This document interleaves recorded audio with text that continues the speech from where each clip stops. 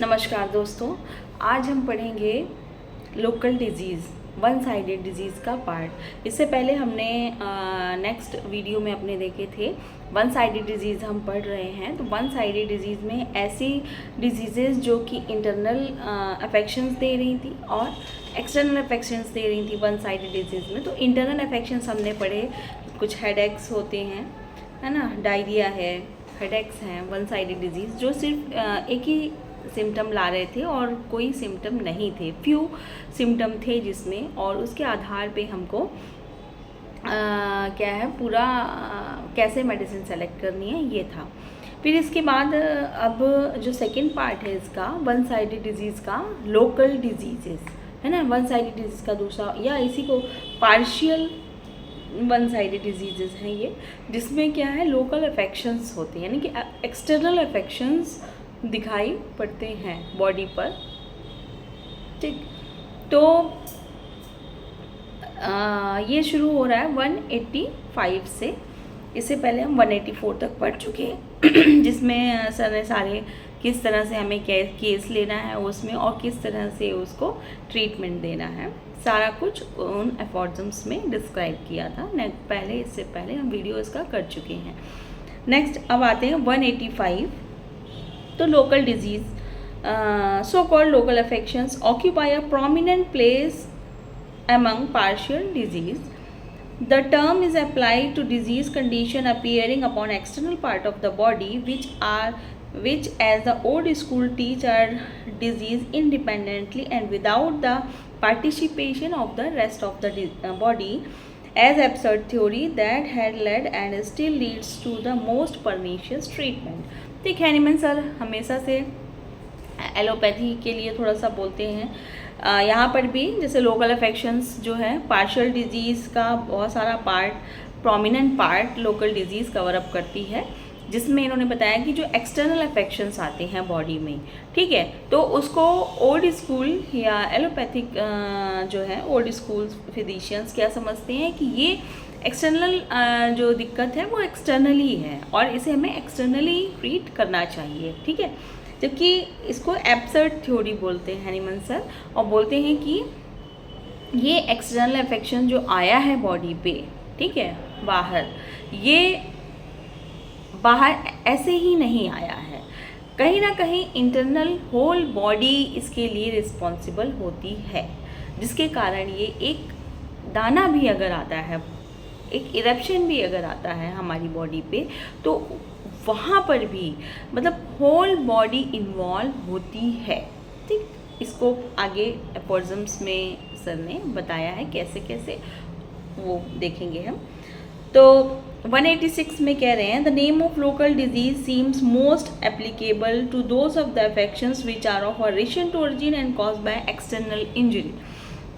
यहाँ पर Hahnemann sir ने जो एक्सटर्नल जो लोकल डिजीज़ है एक्सटर्नल ओरिजिन की, उसको जो है दो पार्ट में डिवाइड किया। जो एक्सटर्नली दिख रही है, मतलब एक्सटर्नली एक्सटर्नल प्रेशर के कारण आ रही है, कोई फोर्सफुल प्रेशर, गिर गए या फिर एक्सीडेंट हो गया, चोट आ गई, उस कारण एक्सटर्नल अफेक्शन आया है, या फिर इंटरनल अफेक्शन है, कोई एक्जिमा है जो कि काफ़ी सालों से है ना, कोई डिजीज़ आ गई है, विटिलिगो ही है, या कोई डिजीज़ जो एक्सटर्नली स्किन पर दिख रही है हमें, कोई बॉयल है, कोई कुछ भी एक्सटर्नली जो हमें दिख रहा है वो, लेकिन एक्सटर्नली दिख रहा है बट वो है पूरी इंटरनल फोर्स के बाद, अफेक्शन के बाद वो एक्सटर्नल आया है बॉडी पर, ठीक। तो ये दो पार्ट के हो गए, ठीक। एक जहाँ पर एक्सटर्नल फोर्स अप्लाई हो रहा है उसके कारण जो एक्सटर्नल डिजीज़ आई है, और दूसरा जो इंटरनल कॉज है उसके कारण जो एक्सटर्नल डिजीज़ आई है। फिर जो एक्सटर्नल डिजीज़ या लीजन आया है, ठीक है, वो बहुत रिसेंट ओरिजिन का है, बहुत सीवियर नहीं है, और दूसरा जो बहुत सीवियर लीजन है, ठीक। तो इनमें हम किस तरह से देखेंगे इनको और किस तरह से ट्रीटमेंट करेंगे। तो 186 में यही बता रहे हैं कि बहुत जो रिसेंट ओरिजिन का एक्सटर्नल अफेक्शन है but in that case injury must have been trifling, injury बहुत छोटी है, ट्रिफलिंग है, and hence no particular significance because of entire body is made to participate in the suffering cause by external injury even of moderate severity as of instance when they are followed by febrile conditions। तो external injury अगर आई है तो उसके बाद कुछ febrile conditions भी आ सकती हैं, ठीक। फिर दूसरा है affection of external parts requiring mechanical skill, ठीक। कुछ जो थोड़ा सा सीवियर हो गई हैं तो उसके लिए मैकेनिकल एड की भी ज़रूरत हमें पड़ सकती है, ठीक। ये नहीं कह रहे हैं कि इंटरनल मेडिसिन से ही हम ठीक करेंगे, जहाँ पर इम्पॉर्टेंट है, जहाँ पर ज़रूरत है, हैनीमैन सर ने वहाँ पर उसकी ज़रूरत बताई है। तो यहाँ पर बताया है कि कोई भी जब एक्सटर्नल फोर्स के कारण कोई अगर दिक्कत आई है और वहाँ पर मैकेनिकल एड की ज़रूरत है तो पहले हम उसे करेंगे, फिर उसके बाद इंटरनल मेडिसिन देंगे, ठीक है।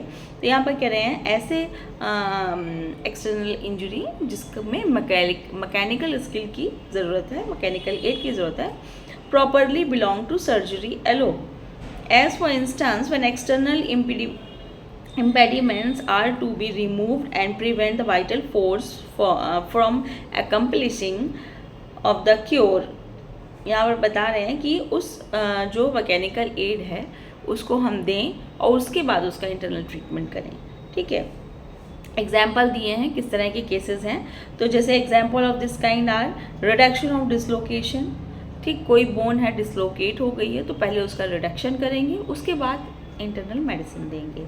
Union of edge of wounds by bandage, कोई वुंड हो गया है तो उनकी जो एज है उनको हम बैंडेज से जोड़ेंगे ताकि प्रॉपर हीलिंग हो सके, इन्फेक्शन ना हो, और उसके बाद उसको इंटरनल मेडिसिन देंगे, ठीक है। The extraction of foreign body that have penetrate parts of the body, कोई एक्सटर्नल जो है ऑब्जेक्ट पेनिट्रेट कर गया है बॉडी में तो पहले उसको निकालेंगे, देन बैंडेज करेंगे, देन इंटरनल मेडिसिन देंगे। द ओपनिंग ऑफ कैविटीज़, कोई कैविटी ओपनिंग हो गई है, कोई उसके अंदर जो भी चीज़ थी वो निकल गई है तो उसको पहले फिलिंग की जाएगी, है। Outlet of the effusion and approximate of fracture end of bone and retention of adjust part of proper bandage, या फिर कोई बोन है उसमें फ्रैक्चर हो गया है, बहुत मल्टीपल फ्रैक्चर है तो पहले उनको जोड़ा जाएगा, फिर उसके बाद इंटरनल मेडिसिन दी जाएगी, ठीक। But frequently of the entire organism affected to such an extent by injury as to require dynamic treatment in order that it may be placed in proper condition for the performance of curative operation. Whereof instance an active fever produced by severe conditions, lacerations of muscles, tendons and vessels is to be subdued by internal administration of medicines। कह रहे हैं जब इतना ज़्यादा दिक्कत हो जाएगी, है ना, तो वहाँ पर क्या होगा, वहाँ पर मसल्स, टेंडन्स, है ना, वेसल्स, इन सब में क्या होगा, टूट फूट होगी, लैसरेशंस होंगे, है ना। तो उनको फिर ठीक करने के लिए, हीलिंग करने के लिए हमारे पास बहुत अच्छी मेडिसिन्स हैं, इंटरनल मेडिसिन्स, वो हम देंगे और उन सब की कंडीशंस को ठीक करेंगे, ठीक है। और वेयर द एक्सटर्नल पार्ट और बर्नड, कोरोड, या कोई एक्सटर्नल पार्ट बर्नड हो गया है, कोरोड हो गया है किसी केमिकल से, किसी चीज़ से, डायनामिक मेडिसिन होम्योपैथिक में हैं जो हम देंगे, ठीक। यहाँ पर हैनीमैन सर ने मैकेनिकल एड की भी बात की कि हमें देना पड़ेगा, यहाँ पर हमारी लिमिटेशंस हैं कि हमें ज़रूरत पड़ेगी मेडिकल एड की, मैकेनिकल एड की, तो वो हमें देना पड़ेगा, फिर हम अपनी मेडिसिन देंगे, ठीक। इसके बाद तो जो हम सेकेंड केस आते हैं, जो इंटरनल अफेक्शंस के कारण जो है एक्सटर्नल इंजरी आ रही है, एक्सटर्नल जो है लोकल अफेक्शंस आ रहे हैं उनका। तो 187 में कहते हैं but affections of external part which are not cause by external injury और of which side injury may have been only the remote cause, कह रहे हैं स्लाइट इंजुरी होगी वो भी बहुत पुरानी रिमोट कॉज की होगी, have a source of very different nature, ठीक, and proceeds from an internal morbid state। ये जो डिजीज़ है ये किसके कारण आ रही है, इंटरनल मॉर्बिड स्टेट के कारण आ रही हैं। to designated such conditions merely as local disease and to treat them surgically as it were and almost exclusively by local application according to the most ancient customs of medicines। कह रहे हैं most ancient customs of medicine, यानी old theory जो medicine की क्या कहती है कि ये एज अ लोकली ट्रीट होते हैं और इनको सर्जिकली निकाला जाए। लेकिन आगे लिखते हैं कि is as absurd as it consequence are disastrous. कह रहे हैं कि ये बहुत ही एब्सर्ड थ्योरी है और इसके जो कंसिक्वेंसेस हैं वो बहुत ही डिजास्टरस होते हैं। तो लोकल डिजीज़ को हमें लोकली ट्रीट नहीं करना है, हमें इंटरनल मेडिसिन देनी है, उनके द्वारा ठीक करना है। ठीक, 188 में कहते हैं कि the evil were simply consider designated as local affection of separate visible part upon which they are supposed to occur exclusively, while the rest of general organism was supposed to take little or no part in them and to remain unconscious at it were of their existence। तो यहाँ पर 107 एक foot note देते हैं, उसमें लिखते हैं one of the many pernicious theories of the old school, कि ये जो पूरा 188 जो एफोरिज्म दिया है ये ओल्ड स्कूल की सबसे परनीशियस थ्योरी है कि जो लोकल अफेक्शन आ रहा है उससे पूरी बॉडी क्या है, अनकॉन्शियस है, उसको नहीं पता है कि ये एक्सटर्नल जो आ रहा है आया है वो कहाँ से आया है। ठीक, तो ऐसा नहीं है, ये सबसे एब्सर्ड थ्योरी है। क्यों? क्योंकि कोई भी एक इरेप्शन भी हमारी बॉडी पर आता है तो वो पहले पूरा का पूरा इंटरनली जो है बॉडी को जो है पूरी बॉडी उसके प्रति सजग हो जाती है, फिर वो एक्सटर्नली बाहर बॉडी उसको स्किन पर डालती है उस डिजीज़ को। ठीक है, तो ये सबसे अपसेट थ्योरी है कि हमारी बॉडी को पता नहीं है कि हमारे एक वार्ड बाहर आया है या फिर एक जो है इरप्शन आया है, ठीक है, या कोई भी डिजीज़, कोई अल्सर आया है, तो ये हमारी बॉडी को पूरी तरह से एक एक सेल को पता होता है। ठीक, ये सबसे अपसेट थ्योरी है कि वो पता ही नहीं है, पूरी बॉडी उसके प्रति अनकॉन्शियस है, ऐसा नहीं है। ठीक, 189 में कहते हैं it become apparent upon reflection that no external disease can be originate hold it place or least of all become aggravated without some internal cause or without the participation of organism which consequently must share in the morbid condition। कि ऐसा हो ही नहीं सकता है कि जो outer external part पर जो डिजीज़ आ रही है वो एग्रीवेट भी हो रही है बिना मालूम हुए हमारी पूरी बॉडी को, ऐसा नहीं है कि उसमें ऑर्गेनिज्म का पार्टिसिपेशन नहीं है वहाँ पर। ठीक है, morbid condition, internal morbid condition है वो।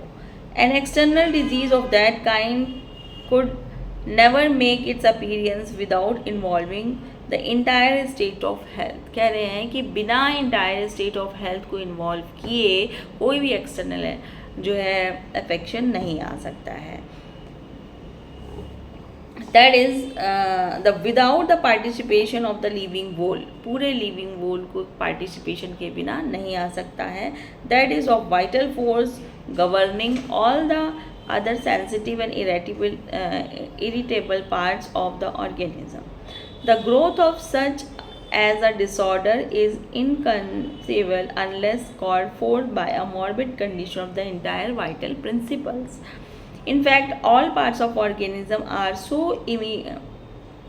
intimately connected as to form an invisible whole in feeling and function that not even an eruption on the lip or a case of paronychia can be accounted for without assuming a previous and simultaneous disease state of the body। कह रहे हैं कि यहाँ पर कि एक छोटा सा लिप पर कोई इरप्शन या पेरोनेकिया ही, ठीक, बिना बॉडी को पूरा डिजीज़ किए वो एक्सटर्नली नहीं आता है। कहीं ना कहीं हर किसी चीज़ का कोई ना कोई मतलब होता है।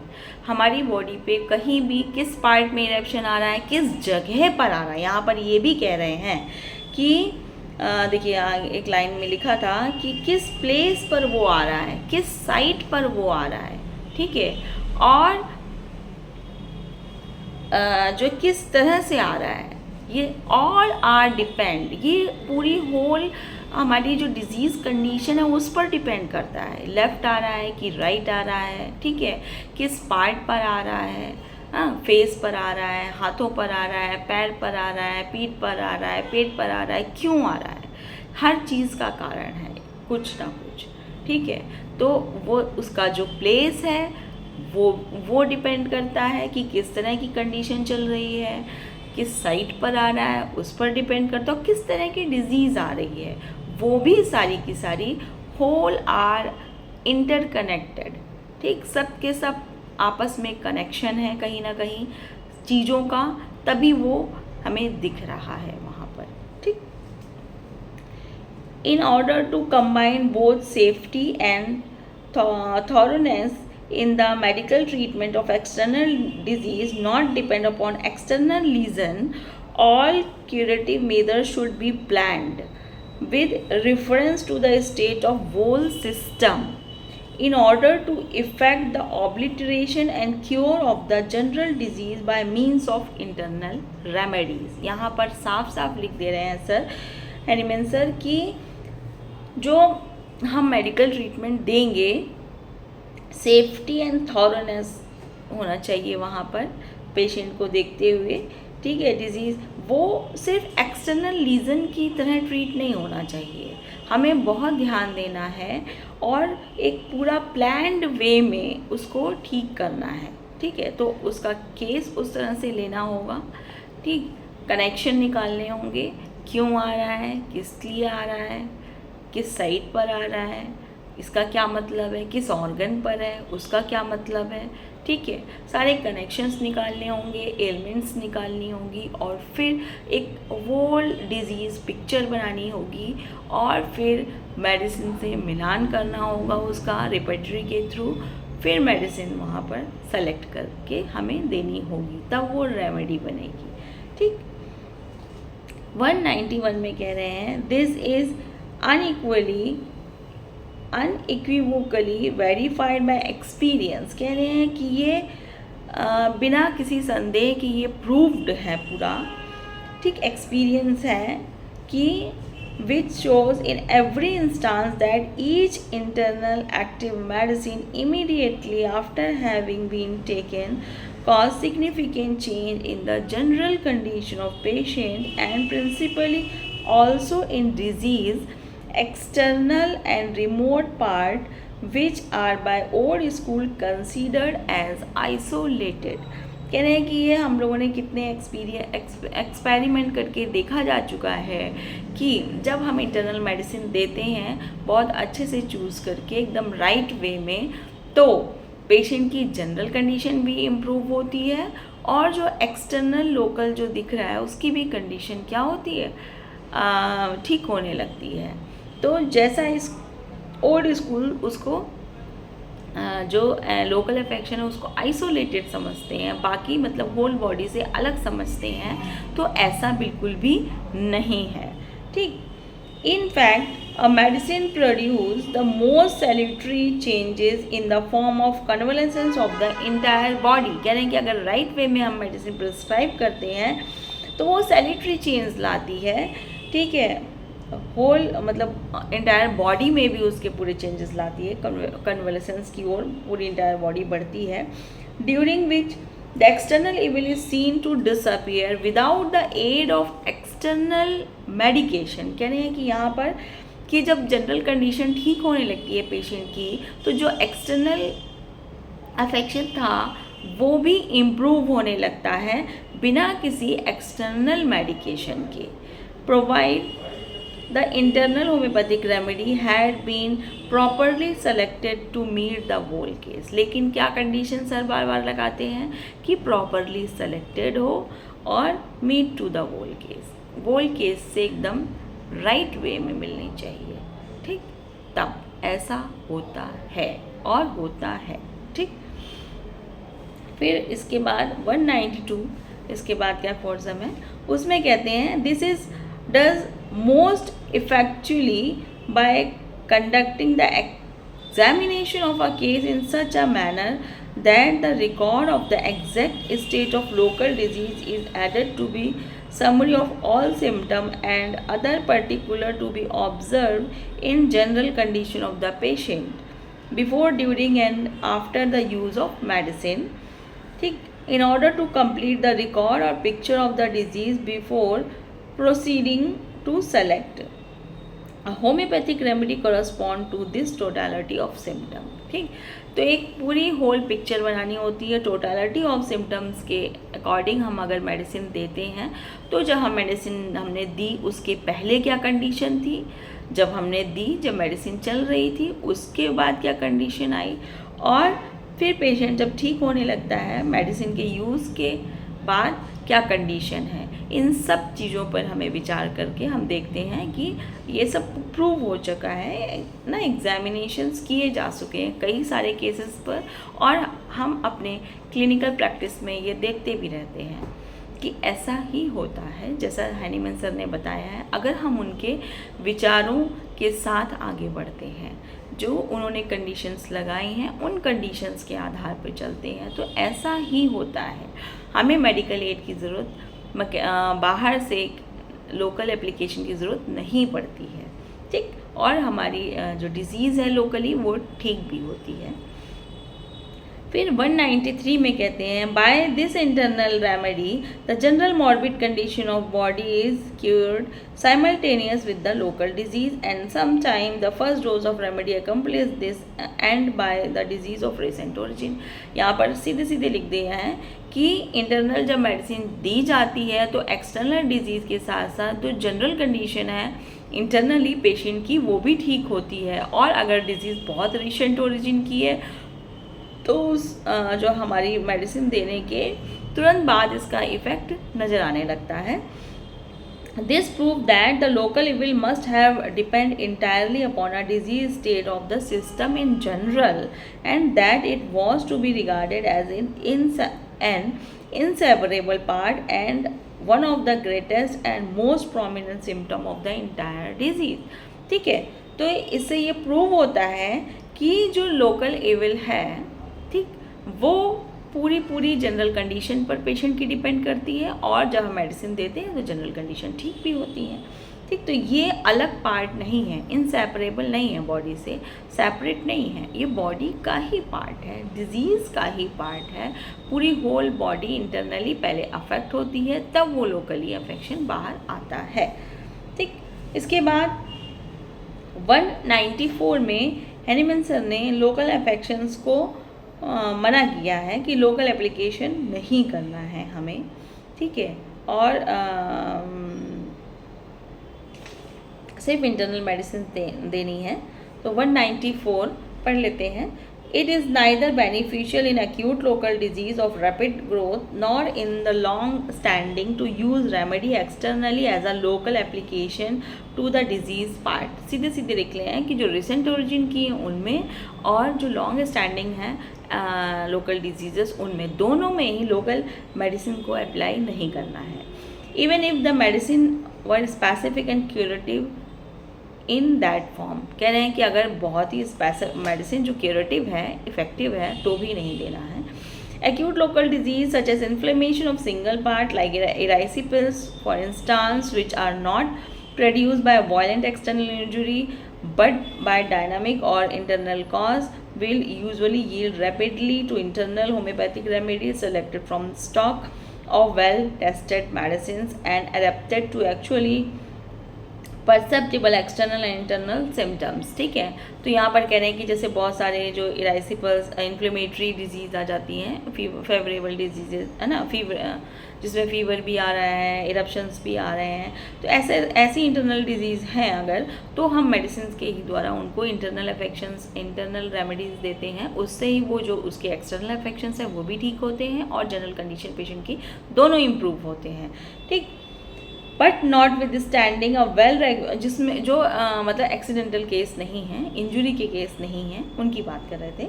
फिर but not with standing a well regulated habit of the patient, a remnant of disease में still be left in the affected part or in the system at large, which the vital force is unable to restore of its normal state. In that case, the acute local disease frequently proved to be product of SORA, which has lain dormant in the system, where it is now to be become developed into actual chronic disease. कह रहे हैं अगर कहीं ना कहीं मतलब पूरी तरह से अगर वो ठीक नहीं हुई है, कहीं ना कहीं उसका रेमिनेंट अगर बचा रह गया है, तो इसका मतलब है कि वो रिसेंट ओरिजिन की डिजीज़ जो थी वो एक डेवलप्ड सोरा में एक क्रॉनिक डिजीज़ का रूप ले ली है। ठीक है, तो अब हम उसको क्या करेंगे, एंटीसोरिक मेडिसिन देंगे। ठीक, 195 में कहते हैं cause of this kind are by no means uncommon. In order to accomplish thorough cure after the acute condition has been reduced as far as possible, a proper course of antisodic treatment should be instituted to remove the remainder of the disease, and that of same time to relieve the habitual symptoms peculiar to the patient previous to the acute attack. According to the direction given in the book of chronic disease, antisodic internal treatment is requisite in non-venereal chronic disorders. ठीक है, तो यहाँ पर sir ने 195 में क्या दिया है कि अगर कहीं भी मतलब पूरी तरह से अगर इरप्शंस के कहीं क्या ना वो पैचेस नज़र आ जाते हैं, मतलब इरप्शन अगर पूरी तरह से नहीं जा रहा है, कहीं ना कहीं दाग छोड़ जा रहा है, पूरी तरह से अगर नहीं ठीक हो रहा है, तो वहाँ पर क्या है कि वो जो रिसेंट ओरिजिन की डिजीज़ थी वो फुल्ली क्या हो रही है, डेवलप हो गई है, डेवलप सोरा में कन्वर्ट हो गई है, क्रॉनिक डिजीज़ बन गई है, तो वहाँ पर हमें एंटीसोरिक मेडिसिन देने की ज़रूरत पड़ेगी। तो हम वहाँ पर फिर एंटीसोरिक सेलेक्ट करेंगे और देंगे, तो वो पूरी तरह से क्योर हो जाएगा पेशेंट। ठीक है, अब 195 और इसके आगे के एफर्ट्स हम नेक्स्ट वीडियो में देखेंगे। ठीक, तब तक के लिए नमस्कार दोस्तों और धन्यवाद। होम्योपैथी पढ़ते रहिए, आगे बढ़ते रहिए, और मेरे वीडियोस अच्छे लगें तो लाइक करिए, शेयर करिए और जो है सब्सक्राइब करिए। तब तक के लिए धन्यवाद। नेक्स्ट वीडियो नेक्स्ट टाइम पर, तब तक के लिए नमस्कार।